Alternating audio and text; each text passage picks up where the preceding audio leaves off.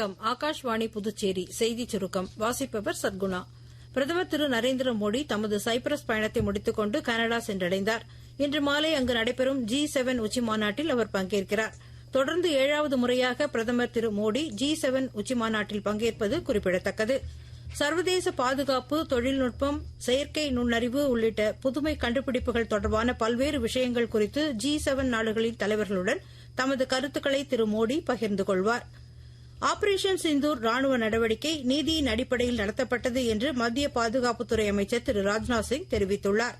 மத்திய பிரதேச மாநிலம் பச்சமரியில் நிகழ்ச்சி ஒன்றில் கலந்து கொண்டு பேசிய அவர், நம்மீது தாக்குதல் தொடுத்தால் உரிய பதிலடி கொடுக்கப்படும் என்றும் கூறினார். பிரான்சுடனான கூட்டு பயிற்சியில் பங்கேற்பதற்காக இந்திய ராணுவத்தினர் நேற்று பிரான்ஸ் சென்றுள்ளனர். இரு நாடுகளுக்கு இடையேயான இந்த வருடாந்திர கூட்டு பயிற்சி நாளை தொடங்கி அடுத்த மாதம் 1ஆம் தேதி வரை நடைபெறவுள்ளது. நடமாடும் பாஸ்போர்ட் வாகன சேவையை வெளியுறவு அமைச்சக இணைச் செயலாளரும் தலைமை பாஸ்போர்ட் அலுவலருமான திரு KJ ஸ்ரீனிவாசா சென்னையில் நேற்று தொடக்கி வைத்தார்.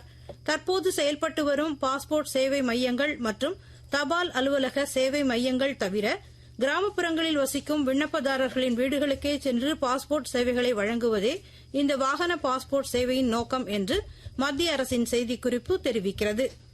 இங்கிலாந்து செல்லும் 19 வயதுக்கு உட்பட்டோருக்கான ஆயுஷ் மாத்ரே தலைமையிலான இந்திய கிரிக்கெட் அணியில் தீபேஷ் மற்றும் நமன் ஆகியோர் புதிதாக சேர்க்கப்பட்டுள்ளனர். உலகக்கோப்பை மகளிர் கிரிக்கெட் போட்டிகள் வரும் செப்டம்பர் மாதம் 30ஆம் தேதி தொடங்குகின்றன. பெங்களூருவில் நடைபெறவுள்ள முதல் ஆட்டத்தில் இந்தியா இலங்கையை எதிர்கொள்கிறது. பாகிஸ்தான் பங்கேற்கும் போட்டிகள் மட்டும் இலங்கையில் நடைபெறும் என்றும் எஞ்சிய போட்டிகள் அனைத்தும் இந்தியாவில் நடைபெறும் என்றும் அறிவிக்கப்பட்டுள்ளது. இத்துடன் இந்த செய்திச் சுருக்கம் நிறைவு பெறுகிறது.